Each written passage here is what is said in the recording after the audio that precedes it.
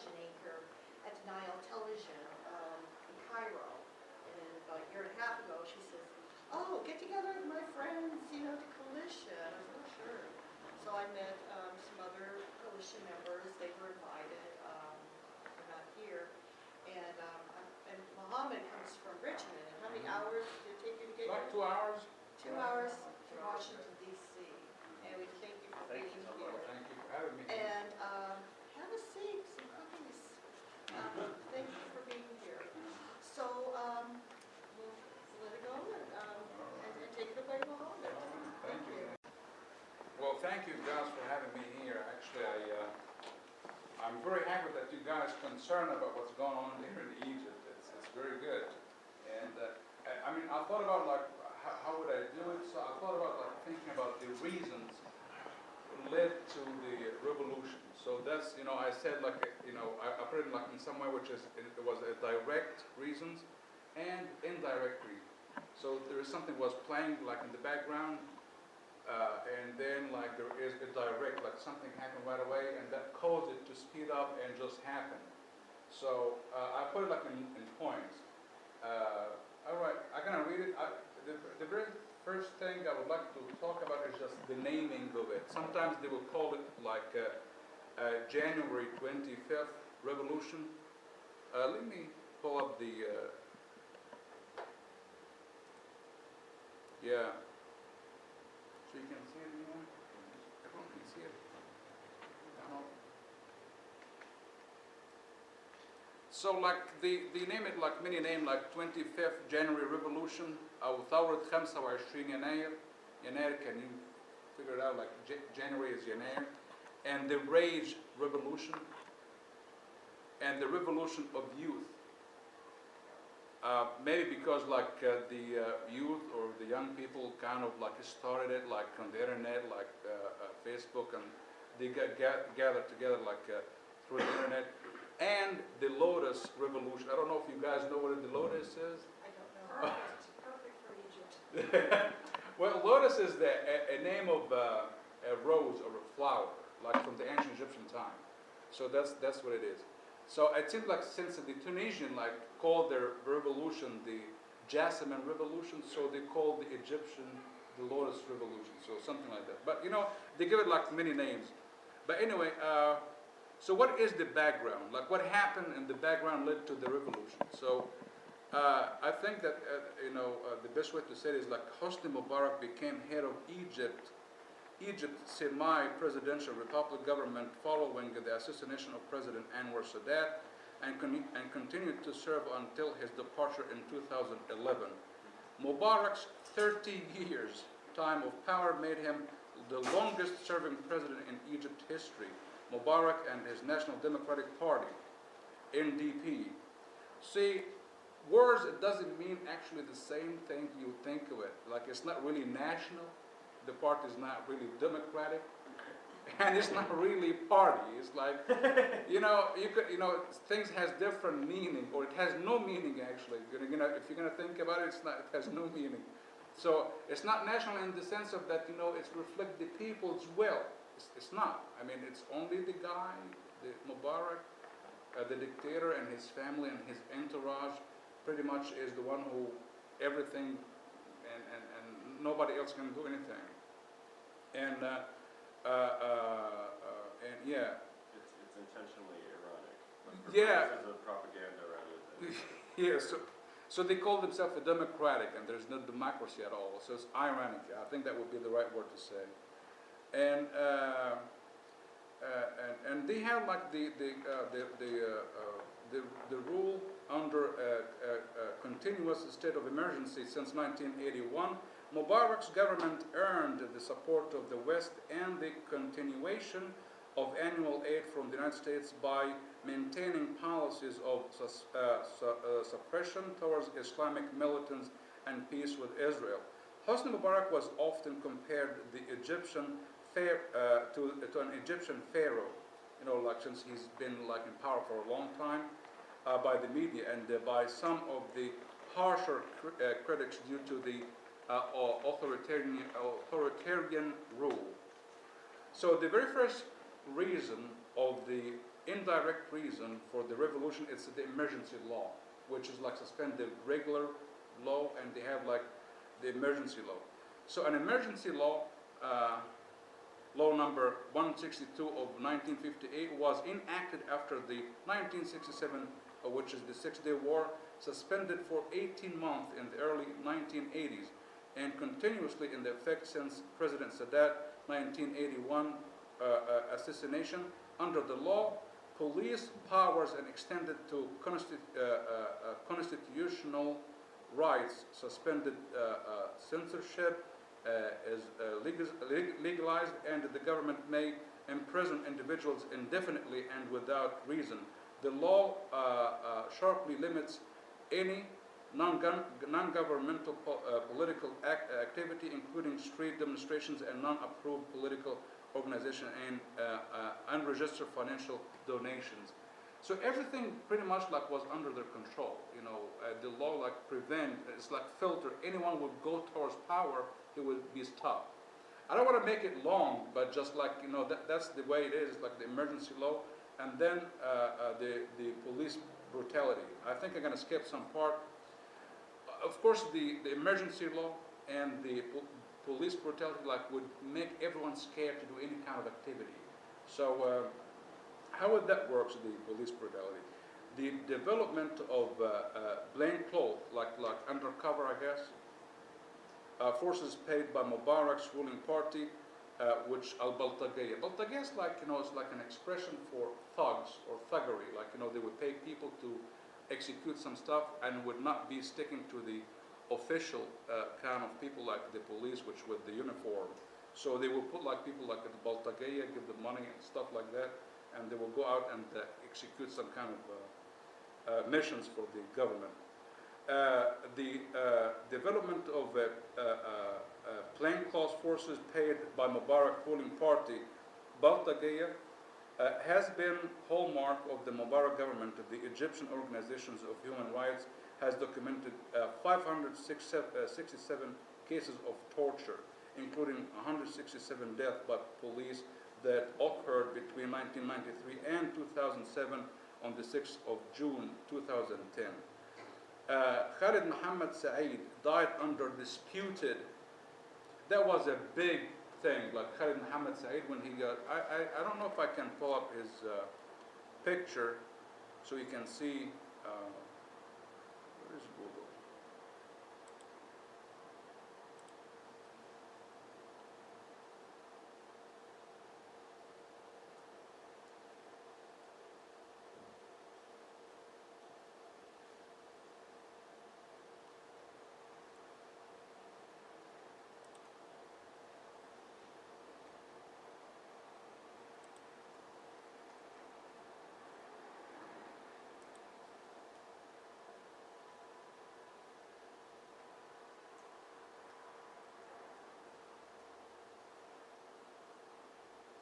It's not coming up, I guess. You probably want to, yeah, under web, because that's maps. Oh, yeah, you're right. There we go. Or maybe picture, I guess. I want to show you the picture of him. Images or. Yeah.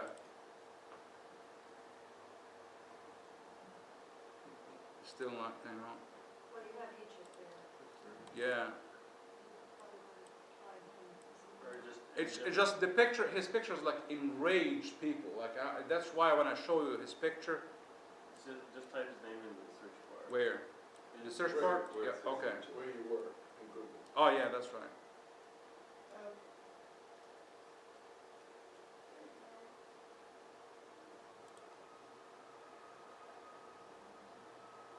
Oh. Oh, that guy. Yes. But I need the picture which is like after like they killed him. Oh. That's what I'm looking for, because that would show you how people really enraged.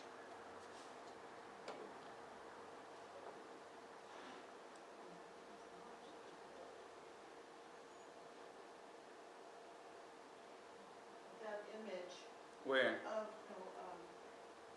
of that young man. Mhm. Did you see it, Jane? Before and after photo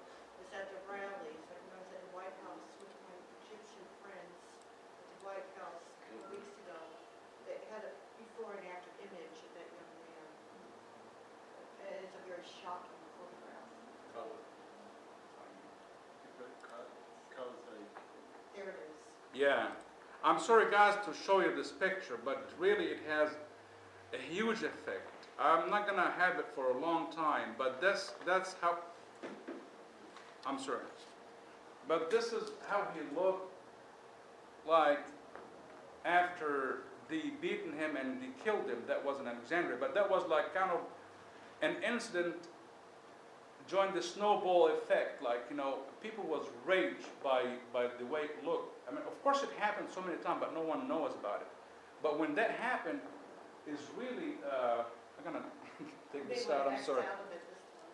I'm sorry? May want to close it. Yeah, okay, that's what I wanna do. When did he die? I think it's like 2 years ago, or, you know, and it was like a lot of demonstrations.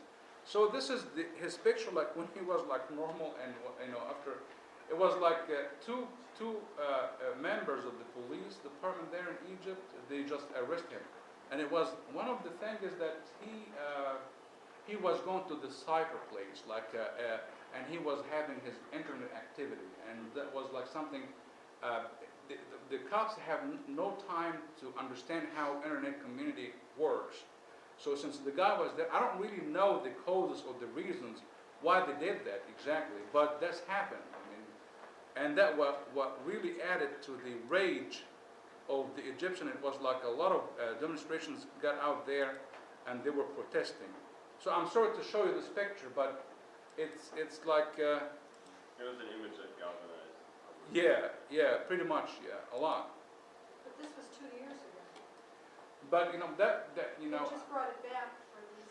I don't really remember exactly what happened. Maybe like a year, but it's like it happened like pretty recent. You know, like a year ago, I guess. Maybe 2 years would be like maybe like a year. So it was festering because of what happened to him. Mm-hmm. It was festering before this explosion occurred. You mean like the revolution?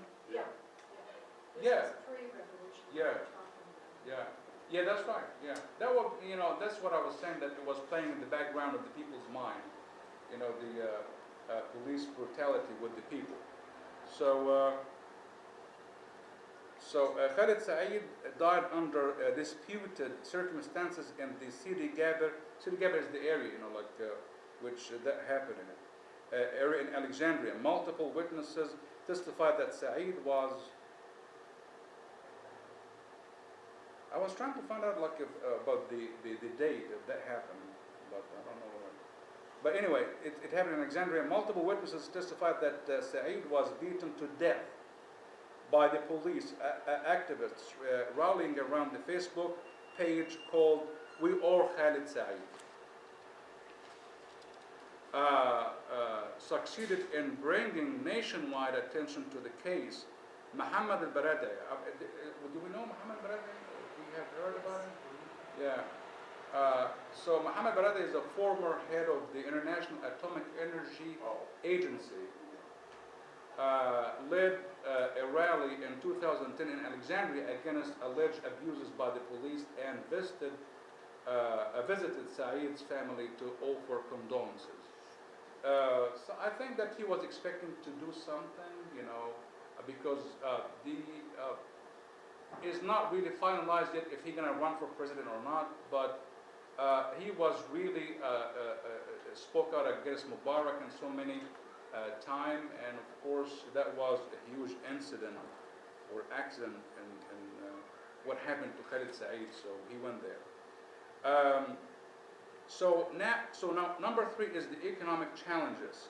The population of Egypt grew from 30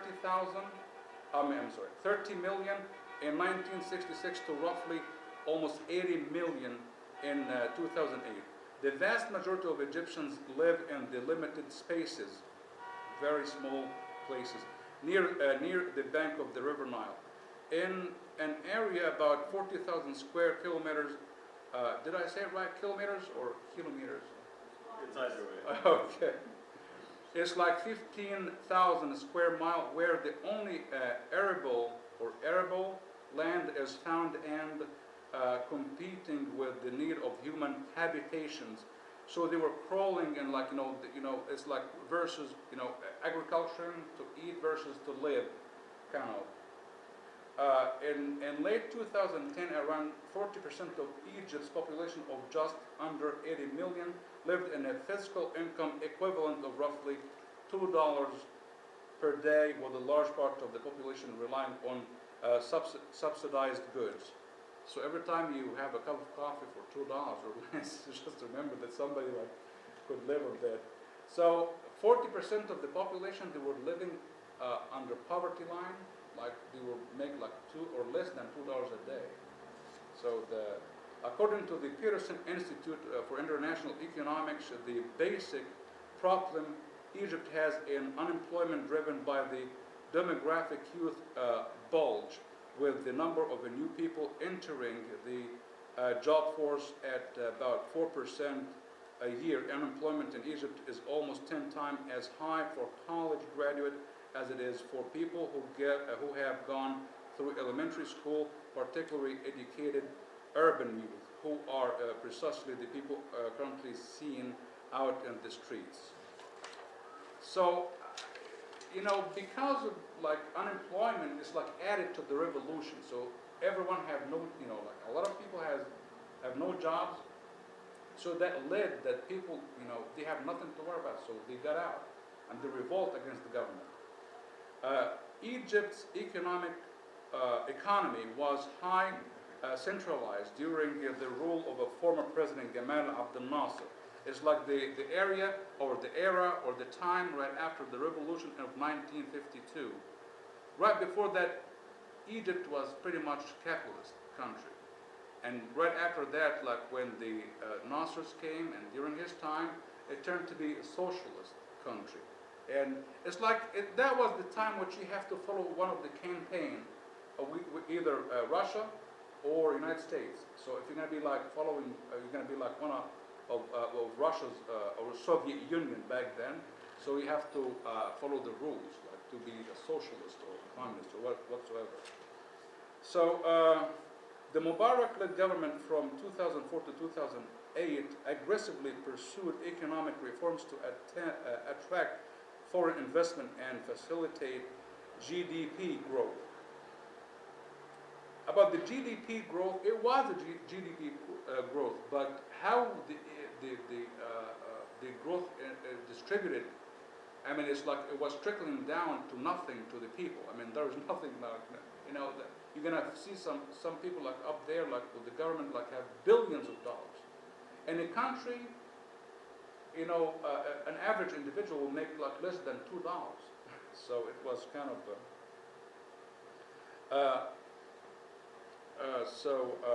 But postponed for further economic reform because of the global economic turmoil. The international economic downturn slowed Egypt's GDP growth to 4.5% in 2009.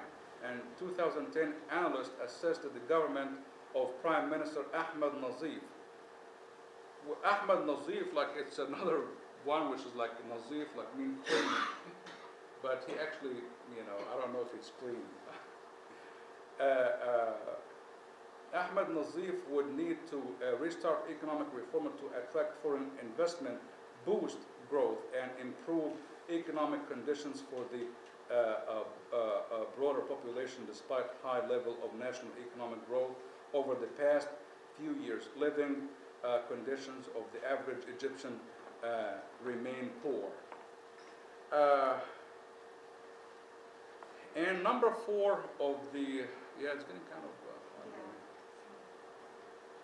the number 4 of the indirect reason it was the corruption. Political corruption in Mubarak administration's Ministry of Interior has risen dramatically due to the increased power of institutional system necessary to prolong the presidency, the rise to power of powerful businessmen, and the NDP, National Democratic Party, and the government, and the People Assembly led to massive waves of anger during the years of Prime Minister's Ahmed Nazif government. An example of that Ahmed is monopolizing the steel industry in Egypt by holding more than 60% of the market share Ala ad-Din al-Asr, an Egyptian biographer and the American professor, estimate that in the Mubarak family, or the Mubarak family is worth from 50 to 70 billion dollars. Yeah, But their assets were frozen in yeah, Switzerland? yeah, that's what they've been talking about, yeah. And in different parts, in different countries. Yes. Yeah. So, Has the US frozen his assets? thought I, they did. I did not hear about it, but maybe it happened. I don't know. But I did not hear that it has frozen here in the United States. I don't know how much they have here. Maybe it's part of the sanctions that were just announced. The sanction Oh, yeah, by Libya. Oh, that's Libya. They froze Gaddafi's Yeah. assets like right away, but yeah. but Yeah. Mubarak was kind of close to the. So just- We're talking about all these billions. Most of the people like making like that just that $2 a day. Oh, So Mexico has the richest man in the world. who? Mexico. Mexico. And- Really? Yeah, the guy that owns the telecom, I don't know his name, but he's the guy that has the monopoly on the cell phones in Mexico. Uh-huh. So what about Bill Gates? What happened to? He's two. He's number 2. Yeah, Oh, okay. Like this. sorry, but. He gave it over to his foundation. Yeah, he's playing with the other game. I don't know. But you know, I mean, it's not uncommon to have, I mean, the United States, we always joke, is becoming Latin America. And because we're gradually, I mean, we're having the distribution of wealth in our own country is, What? it's going the wrong way. Concentrating. in the Concentrating in the upper upper 2%. Well, I'm not gonna comment on that. Yeah, that's our problem. No, it's not about, but I don't know, because I mean, but see, like, it's understandable to find a Bill Gates here in the United States. Like the economy here would kind of justify having a Bill Gates or Warren Buffett or anyone, but the economy there would not really justify to have these billionaires, and you have like most of the people, you know what I'm saying? Yeah, we hear you. I mean, the parallels between, I see the parallels between, with right now, the workers' uprising in Wisconsin, when they're trying to take away their bargaining power, and the Egyptian revolution as well, because it was, I mean, in the end, I mean, it's all about people who are fighting, it's a worker struggle in Egypt too. Yeah. They closed, there Well, were strikes going on at the same time. Worker in Egypt is like, it will come underneath of the general revolution. So, I mean, the good thing about that, it's very good that you brought up this point. The good thing about the Egyptian revolution, it was not really for any kind of sect, denominations, labor union, whatever. It's like a revolution against everything, and everyone was under this umbrella, yeah. But it's not over. What, here? No, there. That's kind of like my question is, since under Mubarak, no political activity was allowed at all. I'm sorry, you know what? Since under Mubarak, Uh-huh. no political activity was involved at all, how did the Egyptian people get from here to there? I mean, do you think that it's reasonable that political parties will be able to form, that they will be able to come together with people representing various parts of society and rewrite a new constitution? Or do you think that the military is just a coup by the military? I don't think that the military got anything to do with it. It's just like, we're gonna get to the same very first point I was talking about. We have an opposition parties, Yeah. but it's not really opposition party. It's just like, they call it opposition, but actually the ruling party is like the one who really grow this opposition party in the backyard, and they would let them know, or they would let them do whatever the ruling party. You could not establish a party there in Egypt unless you get the permission from the ruling party. You know how the rules is like completely changed. I mean, it's not like here. Yeah, but I guess my question is, now that the military is in control, okay,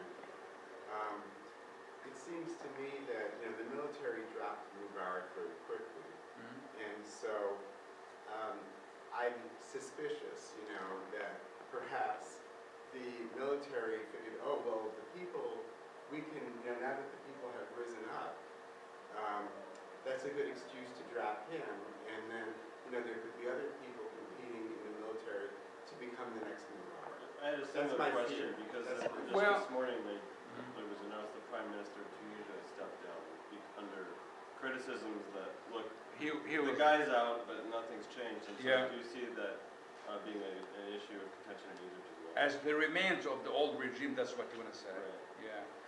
I could not tell what exactly happened because I don't have no facts, so I could not talk about it. But maybe, I'm saying maybe, the people got offended, and of course I'm one of them. I don't have to be military, but I got offended, but that he want to install his son to succeed him. And you have generals have been serving in the military, and maybe they are in their mind, they're offended by that too. Where's this little boy who's gonna be our president, and we fought and died for the country, and he's gonna install his son, and everyone was kind of offended by the fact that he want to install or want to make his son to succeed him. So I don't have a certain information about what you're saying, if they having their hands on that or they were supporting it. But see, they could not go farther. I mean, what the next step, they're gonna shoot at the people? I mean, they're not gonna do that. I serve in the army, it's obligatory in there. I think if any officer give me an order to shoot at the people, I'm not gonna return on him and shoot him. Because it's kind of hard with the military to do that. Did I kind of answer the question? What do you think are the challenges going forward for Egypt for the transition to republic or democratic? How are they going to get there? How are they gonna get there? Good question. Yeah. Tell us the answer. Crystal ball. Well, it's like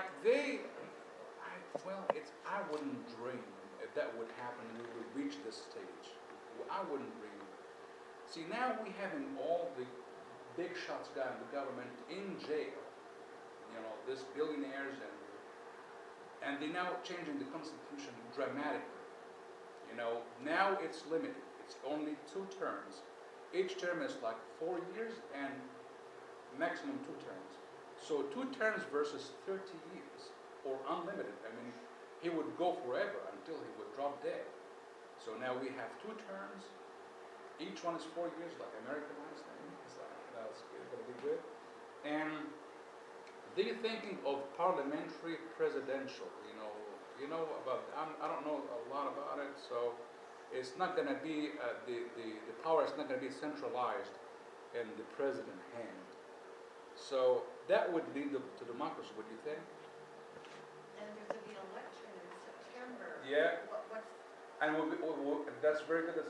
And it will be supervised. The important part, it will be supervised by the judge, and that would give it like more credibility, or it's going to be accurate. No one going to be frauding. Will there be like UN? I'm assuming there will be a UN role in the election monitoring. I don't know if you would ask for that, but they used to ask for a foreign supervision or surveillance for the election. But of course, they would say the government. Of course, they don't want anyone to come and watch what they do. So what they would say, we're not accepting interference. That's like hurting our sovereignty or something. Anyway. A lot of people in the West are frightened of Mr. Mohamed. We lived in Egypt for a few years. Wow, we didn't tell me that. But, and even back then. How you doing? Come in. Even back then, that was considered to be a much less violent party. In the 1980s, they just calmed down a lot and weren't as powerful as they are now. So you've got, you or your relatives in Egypt, to have any feeling for how they will play into what comes out of this revolution? Is there a lot of support for them? See, we got very lucky. Yeah, we got very lucky in this revolution. It's, as I was saying, it's like no one really could claim that he is the one who come up with this revolution. No one, even the Muslim Brotherhood. And actually they did something, it's really unethical. right before the revolution, like 2 months. All right. Right. Thanks for being Have here. another All right. commitment. Thank All you. right, no problem. Bye, guys.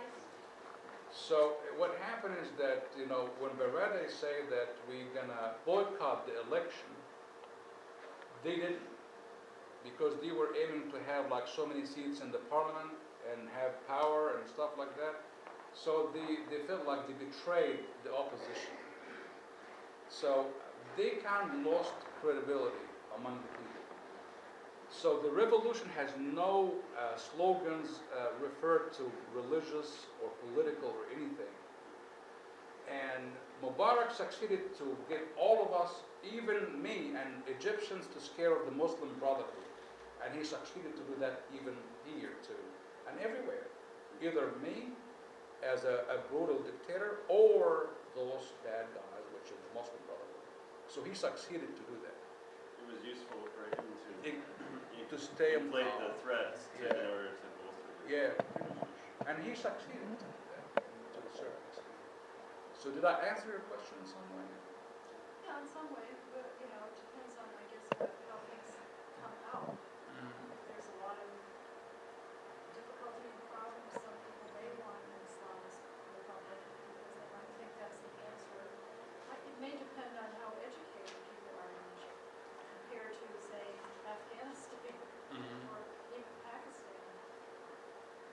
Is your feeling on Egyptians, like the Egyptian culture and society fairly secular? Or like on the spectrum of, say, you know, Saudi or Afghanistan versus UAE or, you know? My own viewpoint that it's used to, like, you know, most of us have no freedom to practice our political activity. The only way you can do is just to be religious. And the more religious people we have, the more everyone will be afraid that they will be like Muslim country, or everyone will be, yeah. So, but I don't know. Right now, I think things should be changed because everyone could practice, you know, being a part of a political platform, whether maybe like a party or whatsoever. Sure. And So- that tempers the Yeah, that would. elements that otherwise turn. Yeah, that would take a lot of wind out of the Muslim Brotherhood sail, if I may put it that way. And they don't have any kind of direct affection of the people's life. I mean, what did I see from the Muslim world? And why they call themselves Muslim? There is a lot of Muslims. Why do they have to be Brotherhood? So I don't know how they're going to take it or how the rest of the people are going to think about it. But that's pretty much what I know so far. And so many observers, I hear them saying that, like, you know, it might be like 20% of the people would follow, or maybe 25. But they're not going to have this majority or that huge effect. So that's what I'm thinking. Yeah, I'm coming so late without the benefit of Mohamed. Nice to meet you. The nation, you probably covered this, but the nation is a very big one. And the dynamics of what we as Americans see concentrated in television, which is definitely urban, and the dynamics associated with rural. Can you characterize those people in rural areas who were really greatly supported by the foreign regime, how they might be guided to becoming members of civil society groups or civil society platforms as opposed to religious-oriented platforms? My concern in doing any of the analysis of any of these countries that are in turmoil with the spread to places yet unnamed is that we're looking very myopically at urban phenomena and educated elite phenomena rather than looking at analysis of a nation state, a national body politic. Can you help me understand that dynamic? Well, let me rephrase the question. You know, because I wanna make sure that I understand the question very well. So how the people gonna be educated to reflect their political views in a good way? That could be, did I get you right? Or, Let me be, try to be more discreet in the question. okay, If you look at the dynamics of this push toward representative government, where more people, urban, rural, elites, non-elites, women, are guided to participate in this new framework for participation. To what extent is there the accommodation of these various characteristics in that national body politic to move the society toward this? gotcha. I'm thinking that the change of the constitution, which is happening right now, that gonna, of course, accommodate everyone. So no one gonna be left out or prevented to practice, either women or any kind of people. You know. It was not really anything precise against women to practice. You know, there were women everywhere, but. Yeah, I mean, the changing of the constitution is going to help very much to get to this level. Everyone going to practice politics instead of going to religion, as we were talking about, like Muslim Brotherhood versus anything else. Did I get? That's helpful. Yeah. So that's. I'm going to go through like the reasons very quick as like a main thing, and if you have any questions we can discuss it. So I'm not going to get like in details, and if you would like I can email you the document if you'd like to. Can you write your business cards? Is what? Yeah. Okay. So if you want, or if you like just if you're gonna forward the emails I can send this to you. So instead of like going through it. So there is like, as I said, like I'm gonna sum it very quick for you because of the timing. How much time? As long as, however long folks want to meet, Okay. we'll do it that way. All There's no right. set time. So the indirect reason is like the emergency law, we will talk about it, and the police brutality, we talked about it. The economic challenges, we talked about it. And the corruption, the elite, they were like having all kind of money, but of course like was corrupted way. And the foreign relations, people were not really happy with the foreign relations. And I'm gonna go through it very quick. The foreign governments and the West, including the US, have regarded Mubarak as an important ally and supporter in the Israeli-Palestinian peace negotiations.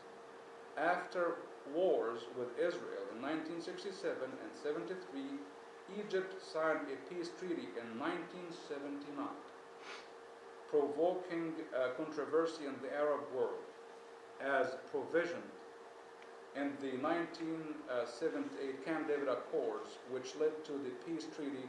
Both Israel and Egypt received billions of dollars in aid annually from the United States, with Egypt receiving over 1.3 billion of military aid each year. In addition to economic and development assistance, many Egyptian youth feel ignored by Mubarak on the grounds that he is not looking out for their best interests, and that he rather serves the interests of the West.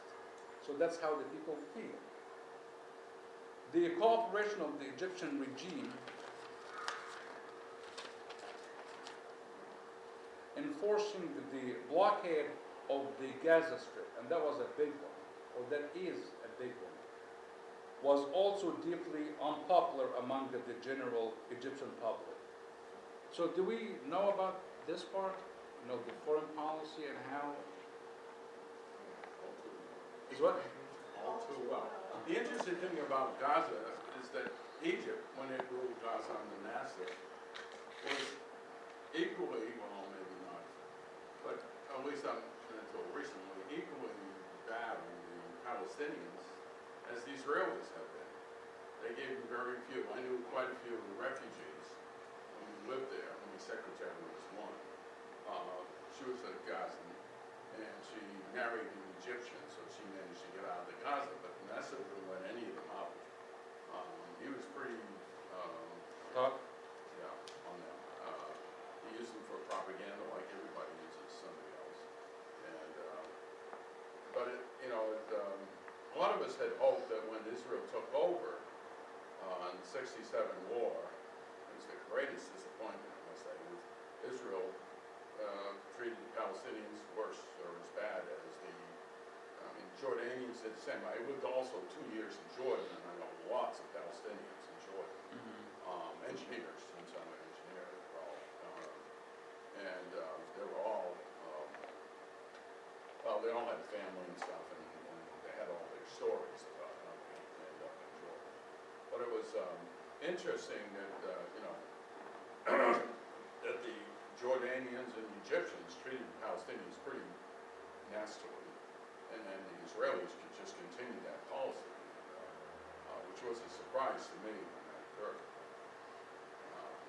I just, you know, I don't know, that is the big issue now that's going to pop up.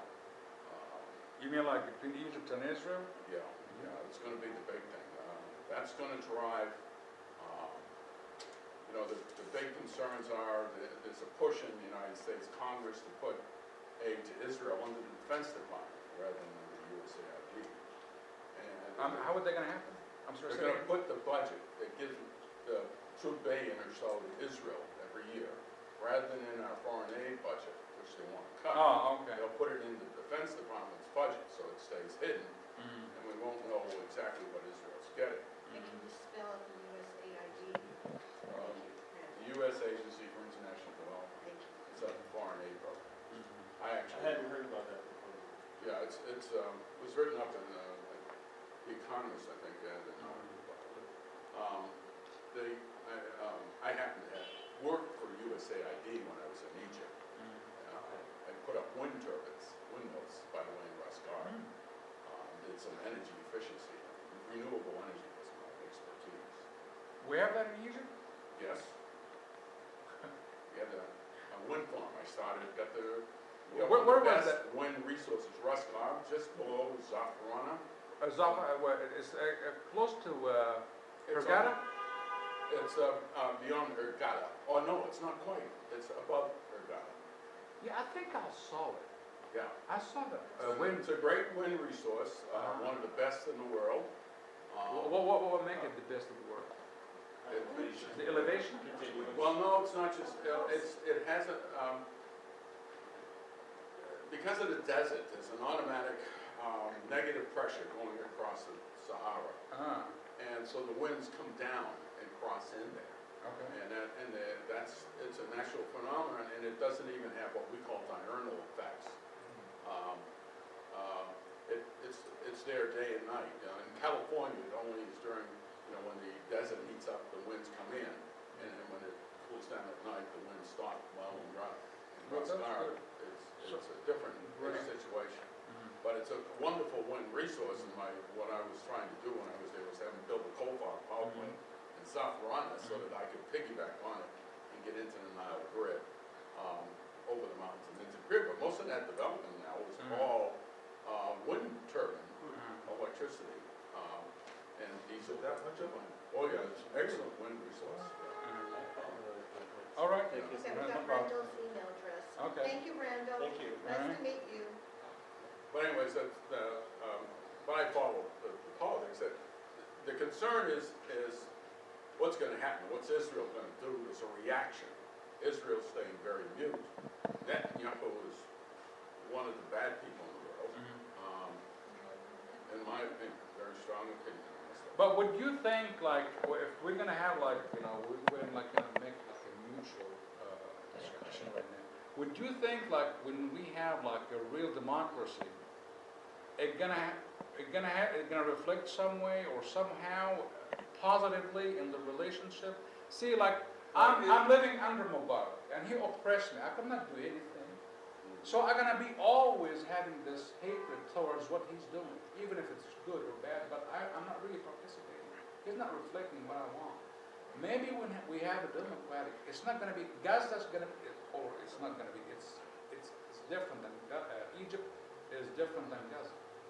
Hamas is like providing people with the daily stuff like medical, food, whatever, I don't know. But Egypt is quite different, and it's not going to lead naturally to an Islamic. No, and that's, you're looking at two extremes. I don't know what's gonna happen in Egypt. Well, Yeah, I don't know if they're gonna get, I don't expect them to be better with their democracy than we are with ours. I mean, I don't think we're doing very well right now as a country. So, At least it's a lot better. but, yeah, it's better, but, where are we going? I don't have some sort of a more democratic system, meaning not 100% of the people participate in the political system, but probably maybe 50%. I mean, the evolution, ours started out with probably 20% of the population actually participating in our democracy, whereas now maybe 80% do sometimes. But the thing is, what institutions are going to be able to kind of prolong or help the people really understand that, politics is a game of compromise, it's a game of, you don't know what tomorrow is, so you do your best. What kind of institutions are there? My only real experience in Egypt was working with the Egyptian Society of Engineers. And I had some close friends there, and I got them involved with the U.S., actually, the world's largest engineering society, and I worked with getting those organizations together. But the thing is, institutions like that, I think, are very valuable in how this process will evolve over time. There are lots of Egyptian engineers, many very good engineers, and the professionalism that they bring is what you're looking for. Great. That's very good.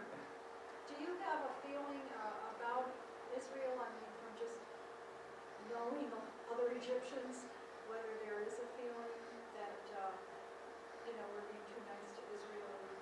What- Well, you need to put in mind that when Sadat have the peace treaty, I mean, he wasn't a hateful person. I mean, people lived in peace with Israel. People don't like to see the oppressions, or at least that's what we know, that there's an oppressions, when you have launch an attack, an aggression in Gaza in 2008 and 2009, right before the President Obama inauguration, and people see that, of course, they're going to hate what's happening. And it's not about Egyptians, people all over the world. I mean, so that's what the people feel and think about Israel. And maybe maybe they will be provoked and don't like to be oppressed by the nuclear capacity or ability of Israel. That kind of provoke people. But, maybe we need to have a different approach. And I'm a member of the IPC. I don't know if I need to talk about that right now, about it or not. It's the Israeli-Palestinian Confederation. It's an Israeli lawyer. He lived in California, and he said that we need to, I'm thinking the way I can talk about it is some kind of evolution of how to do politics. And instead of having the Israeli and the Palestinians, or it's going to be there, but it's going to be like a confederate government. Of course, so many people would oppose it, but that's another story.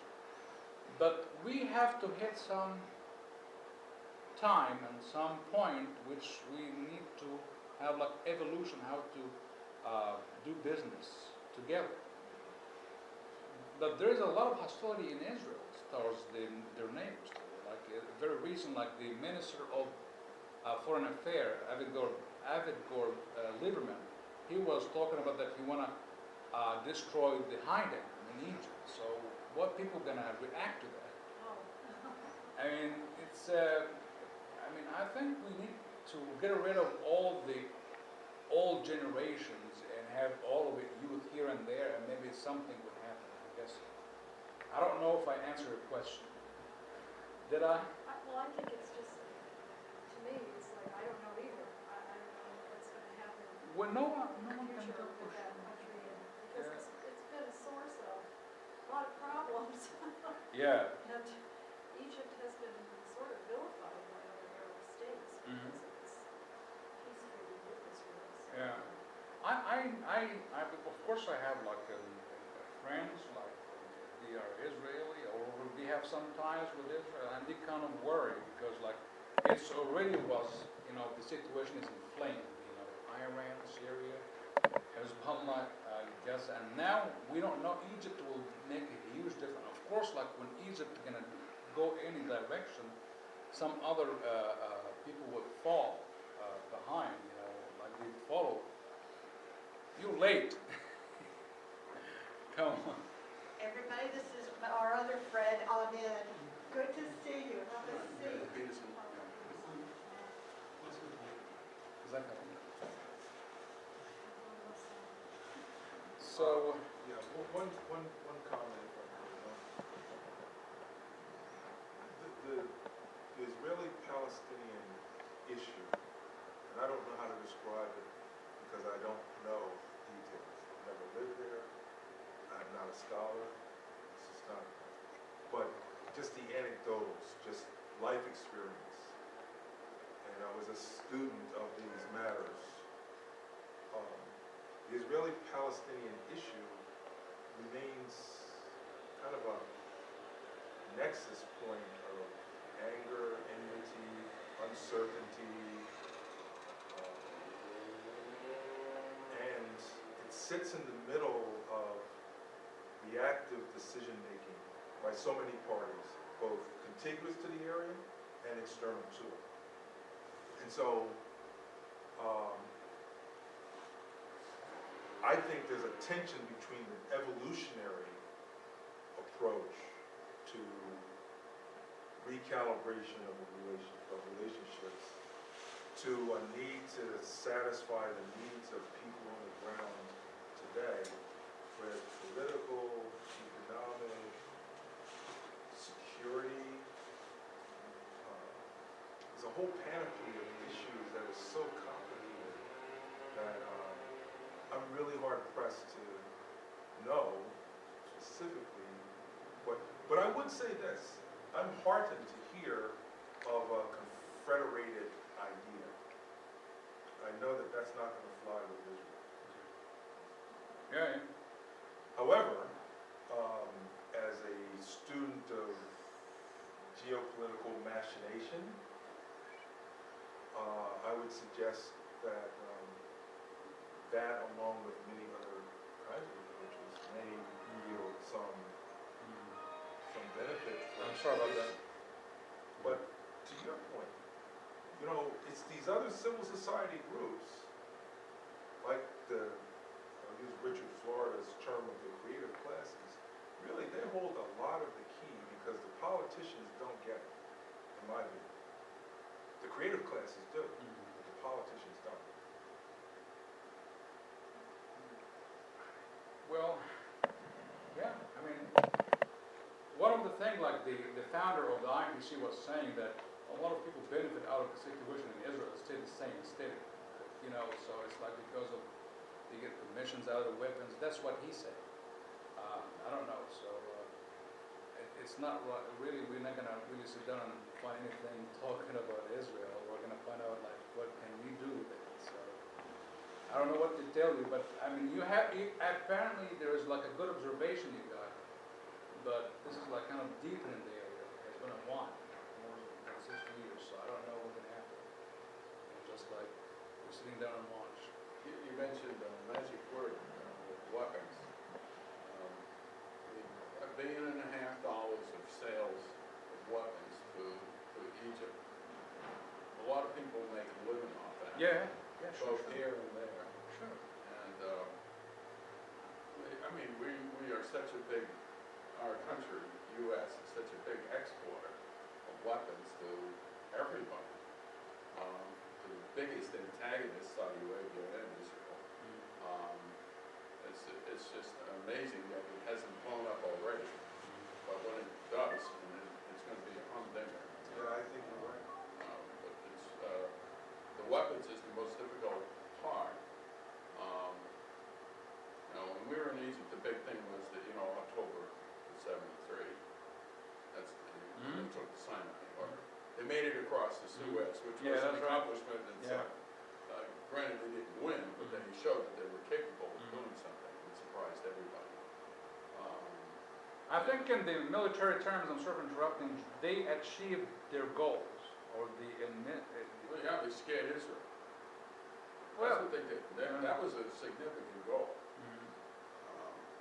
But you mentioned, that we keep coming back to Hamas. Who created Hamas? Who funded it? Where did it come from? Israel was a big funder of Hamas in the very beginning because they were against the PLO and they saw Hamas as opposition to the PLO. So, Hezbollah didn't exist until Israel invaded Lebanon. Everybody, I hate to say this, but everybody hated the Palestinians.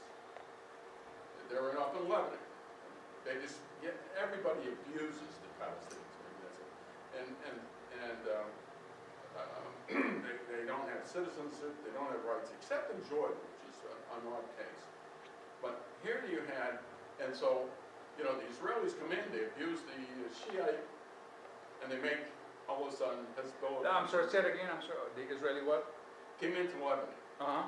And that's when Hezbollah is born, in opposition to the Israelis. They stayed too long. Occupying armies can't stay. If they do, they turns into occupation enemies and stuff.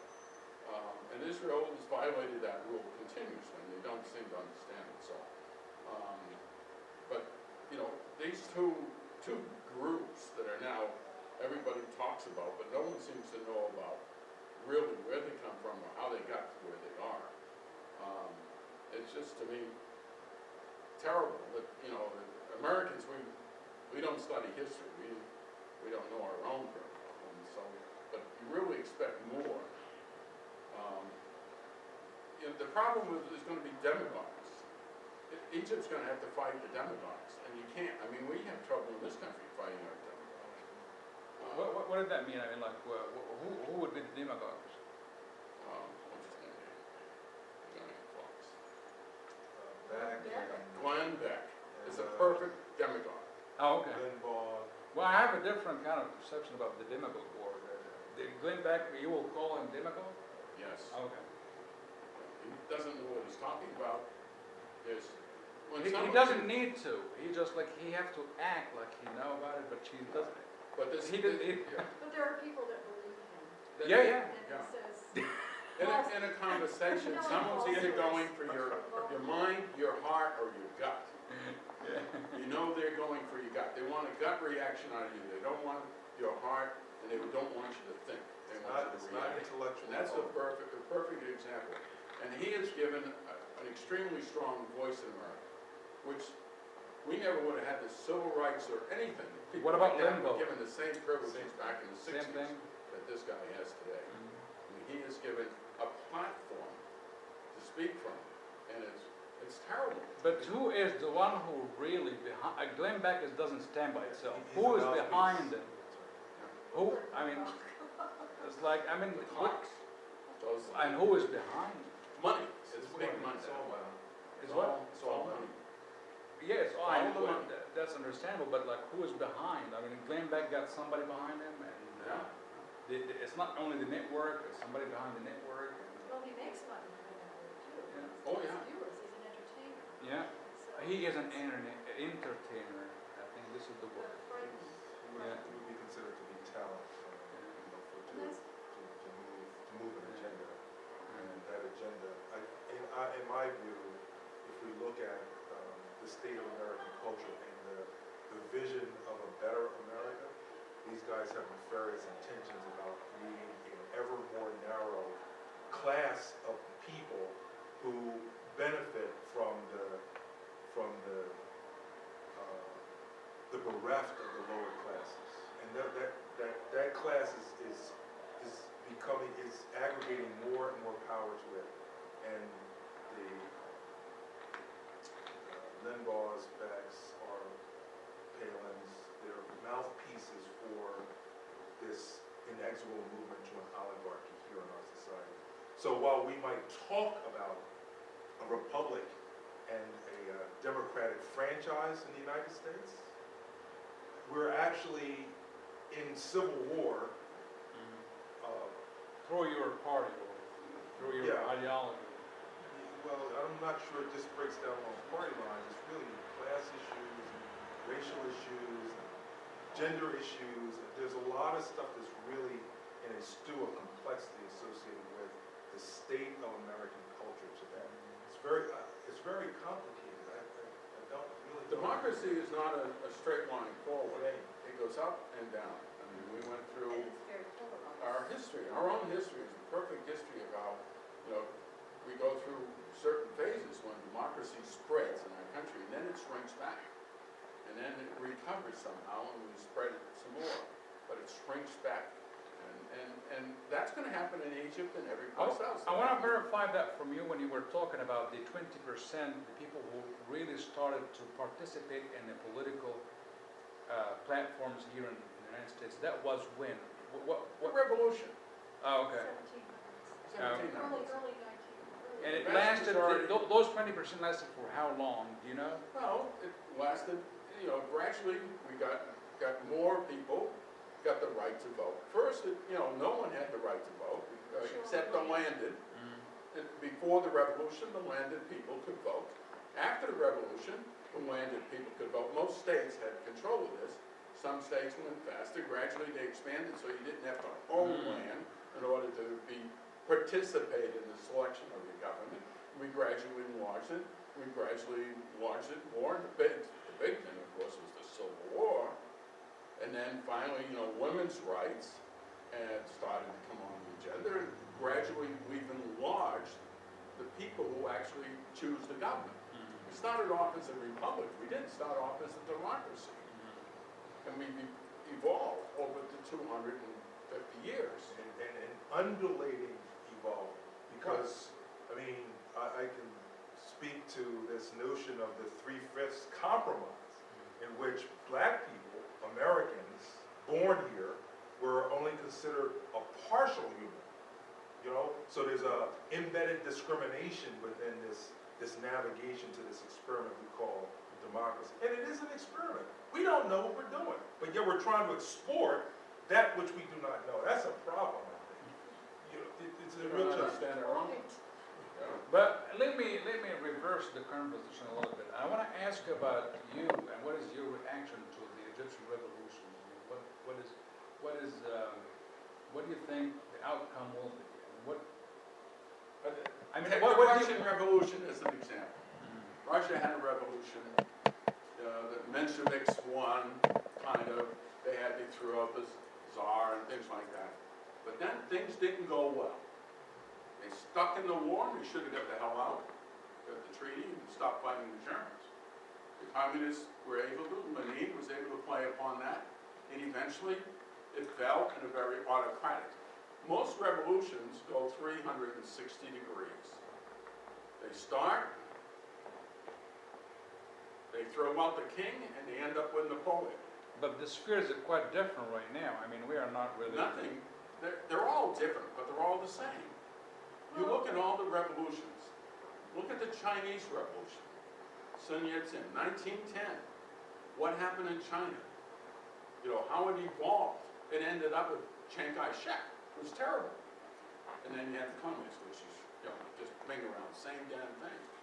All these revolutions. Now,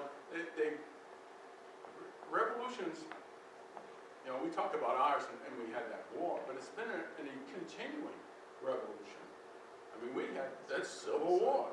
People cannot, you can't understand America until you understand the Civil War. How it evolved. And how to me, it was so important that the war not be a show. Political parties that might come out of this,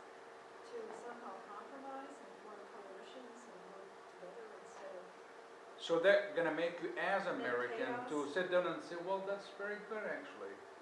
I mean, Well, it's not up for us to judge. I'm not We saying. can't judge. You You have to, I'm not you have saying. to try to figure out what Egypt wants. Mhm. Do they want a pharaoh?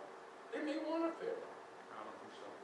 Well, It's, It's I mean, hard, it's hard to there's 80 change million one- Egyptians out Right, there. yeah, it's hard to change a trajectory. I mean, if we look at the Chinese Revolution, we would still say that Confucianism is still deeply embedded in the soul of the leadership there. I would suspect that there's gonna be a pharaonic approach to thinking about how to deal with this, because Strong. yeah, right, and I don't know this, but I'll go back to the point.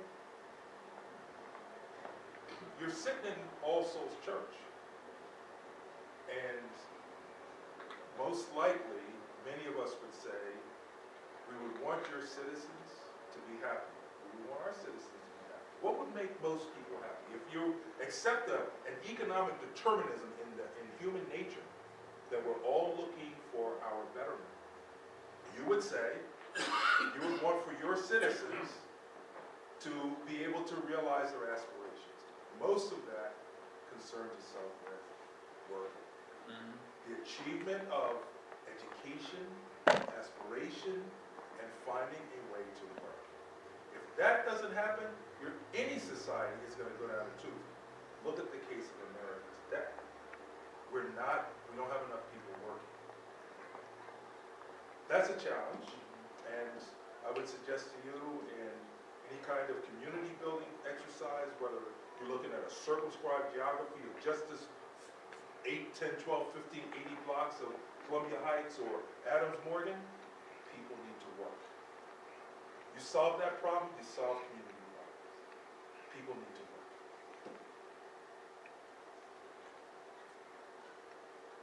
The problem is there's 80 million. It's a bunch of folks. And, the desert can't I know sustain Juanita, thank you. that growth. I mean, Egypt has to import, Awadala, whoa, the Egyptian bread, Bali bread. Uh-huh. It was good to see him. That whole wheat bread, even though it's half sand, so Yeah. it's still some of the best tasting bread I've ever had.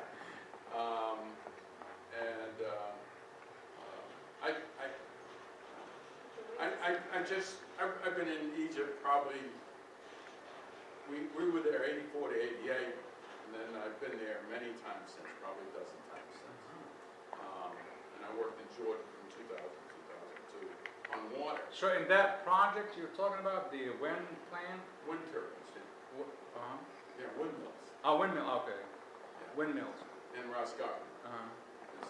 It's near the oil people have, I got most of my data from the oil people who had the rigs, and they couldn't station their people on the rigs that were in the Gulf of Suez, I guess it is. It's about halfway down Ras Garden. If you look on Sinai, going down to Sharm el Sheikh, or Ras Mohammed, then it'd be about right middle. Well, so the windmills, it was in Sinai? No, they're on the. Yeah, that's because I on the saw it. African side. I saw it in my way to Hurghada. Yeah. So it was on the right-hand side. Oh, yeah. Isn't that right? Yeah, yeah, so. There are lots of. I gathered, I did the original resource assessment, gathered the data, put up a 30-meter tower and a bunch of 10-meter towers. Gathered the data, did the analysis, and then put up the first 4 wind turbines. And then 4 years it took to get the data, analyze it, be able to put them up. And I just put up 4 as an experiment to show how they could work together. And the supply was a little. So when next time I'm gonna be there? I probably, I don't have work there anymore. Oh. I now work for that time, I now work for the State Department, building consulates and embassies. And I'm working in Muscat. I have a new. Muscat? Muscat. Muscat? Oman. Oh, okay. Oh, okay. Okay. I thought that. And I just went to Muscat my first trip. Oh, okay. And I Well, also maybe lived. we should go to Egypt as tourists, because you need more tourism. Yeah, We've it's a lost a wonderful lot of place. tourism, and we need more. co-director of our kind of network there that organized tours for Americans at the embassy when she was there. Ah, great. Wonderful job. And we still have friends in the American Research Center. As well, Jane, I'm sorry. Well, don't you have that down in Yeah, I used to work in tourism. Yeah, that's right. tourism? Yeah, yeah, that's right. Well, we took people, when I was doing this, I tried to turn it into an orientation for the people who were working with the embassy or connected to it, because I wanted them to see other than the pyramids and. So where did you take them to see? I took them to orphanages, I took them to USAID projects, we visited, businesses. Siwa. We also Siwa. visited the pyramids too, but I wanted them to see contemporary Egyptian people and what they were doing, so that because they were in the embassy, a lot of them families, that they would become more familiar with modern Yeah. Egypt and not just look at the Khan al-Khalili or the pyramids. So for how long you did that there in Egypt? I did that for a couple of years. Oh, We okay. were there 4 years. So you were like the travel Yeah, I organizer? provided the tours I was a community What they liaison call it. officer, Well, and it's called the club. That's interesting. I just took the tour. Well, I have a master's in anthropology, so we had 2 of us, and so they said, what do you want to do? And I said, I don't want to administer a lot of programs, I want to do the tours. So I did the tours and I did the orientations for new people. And it was wonderful. Right. We never did everything yet. We were there 4 years. There's so much. So why don't you extend that to have your own travel agency and get the, what? I mean, you could do that, do you? I mean, like If here. I were younger, I might. she was married to me, that's her Getting too old problem. now. I mean, you could get me work for you. But yeah, there's more buildings in Cairo from the Middle Ages than any other city in the world. Middle Ages, like what do you call Middle Ages? I don't know, all that, all the 800 Islamic, 800 AD to Yeah, the mosques. 1400 AD. all this, you go there, I mean, I've been to, who's the author? Oh my God. Old Cairo. Khan al-Khalili. Yeah, around the Khan al-Khalili, that's old Cairo. Who wrote And Naguib it's, Mahfouz? The what? Naguib Mahfouz. Naguib Mahfouz? Yeah, I've been to his house and been all up in there. But the tourists tend to go to the pyramids and Giza and Luxor, but when we were there were some people doing very good walking tours of the Khan al-Khalili. Not so much to shop, but to look at the caravans, So, houses and all. Let me ask you this, maybe you're going to have a very good answer for me. What would you think if the Americans will go and see the Christian history? Christian, biblical? Oh, yeah. I mean, how would they receive, how they would like it? Like the Christian history, the locations which it has, like, I'm guessing, Babylon, Babylon, that's in Iraq. down near No, Memphis. that's the old Cairo. I mean, Babylon, Babylon is part of Cairo.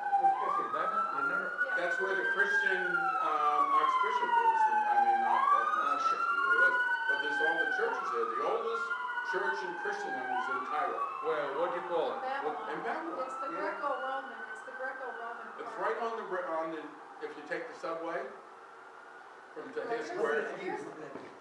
لا اسمها ايه الكنيسة؟ اسمها ايه؟ مصر القديمة اولد ايجيبت. لا لا الكنيسة اسمها ايه؟ هو قال لك عليها اسمها بابلون؟ Yeah, That's what the Christians call First it. you had Memphis, pharaonic, the ancient city, opposite Giza actually, and then you had Babylon, which was the I'm trying to find out what is Babylon. That's a settlement. Some- Here's what they did in Cairo. The winds come from the south up. So, because it can get pretty smelly, they kept building newer cities further and further north. So the first one is Memphis, the city of the White Walls, which was ancient city, the old kingdom. Then the Romans come in, and the Romans built a sort of city a little further north than Memphis, like a suburb, but it was Babylon, and that's what turned Christian. And so have the Christian churches there. So what monuments, There are in some old churches. There's the churches that are all there. That's where they have the Gnostic Gospels. And there are Naga also Roman Hammadi ruins codices. as well. the what? The Naga Hammadi codices. Okay. The Gnostic, what we call the Gnostic Gospels. Uh-huh. They have those there. They built a museum there. The Coptic Church has 2 or 3 churches right there. In Cairo. In that section of Cairo, yeah. Uh-huh.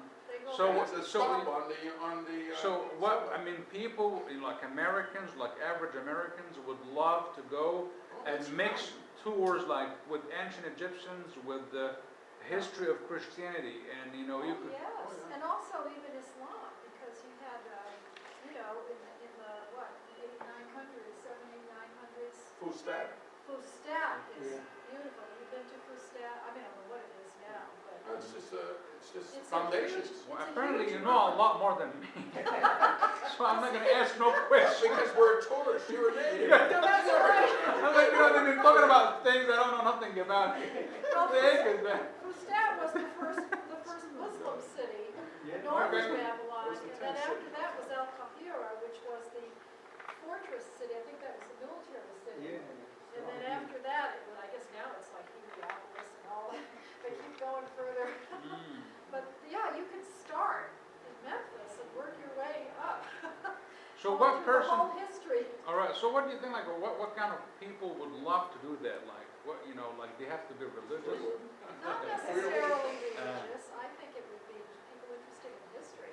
Certainly Christians, devout Christians might be interested in the Christian parts because it's so ancient. Also, they could learn about the Orthodox and the Coptic, Yeah, which is yeah. very ancient, and it's an early Christian tradition. And then also, That could be like the first church has been ever existed, the Coptic? Well, there's the monophysites and the Nestorians and others that were in Iraq. I think they're going to be wiped out. Because also of us. Egypt invented They were old monasticism, ancient. building monasteries in the desert and having people live there, and that was Egyptians invented that. Yeah. I And so think his that's name what- is Antonio.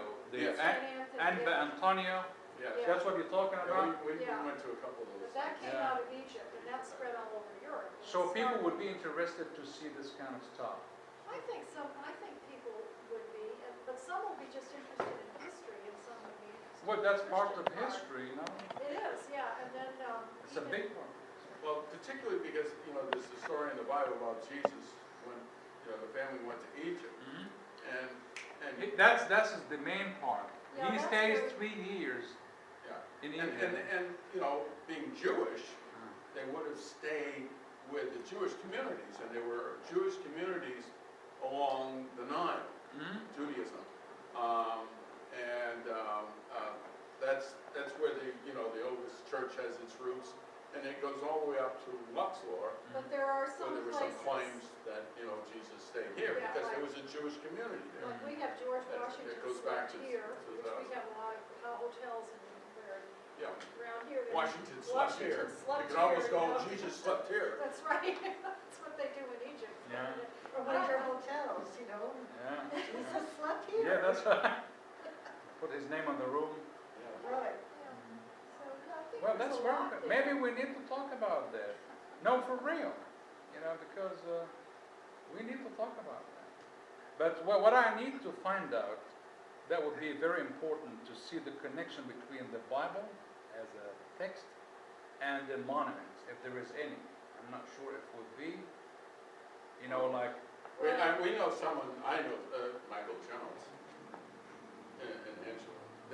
They are directors, or not real directors. He's still there, and I visited him last year sometime. Did I tell you? I saw it once. They're working in And Memphis. he's on there's a large organization called the American Research Center. And it used to be critical because it was fun, where all the archaeologists, anthropologists, and historians basically came. Because in the old days, you had to get your mail. And so everyone come to get your mail. I used to like going in and sit, and you never knew who we met until I met someone who was a specialist in the Nag Hammadi codices. And I did a program once on that. anyways, they married his Orthodox, didn't they? Yes, because Yes. his mother was Greek. So Michael knows very well the Christian roots in, Egypt used to be a majority Christian Yeah. until the 1500s. Al-Hakim. Yeah, Crazy well, man. what he said, yeah, the Druid, He's the one who Druids, or threatened. whatever. you And have to Hakim, pay every- I think he was a Shia, I guess. No, During he the found his own. During the the Fatimid, Druids, the Druids, the Druze? No, the no. Druids they come wasn't out of Druze. him. I The think it Druze was. worship him.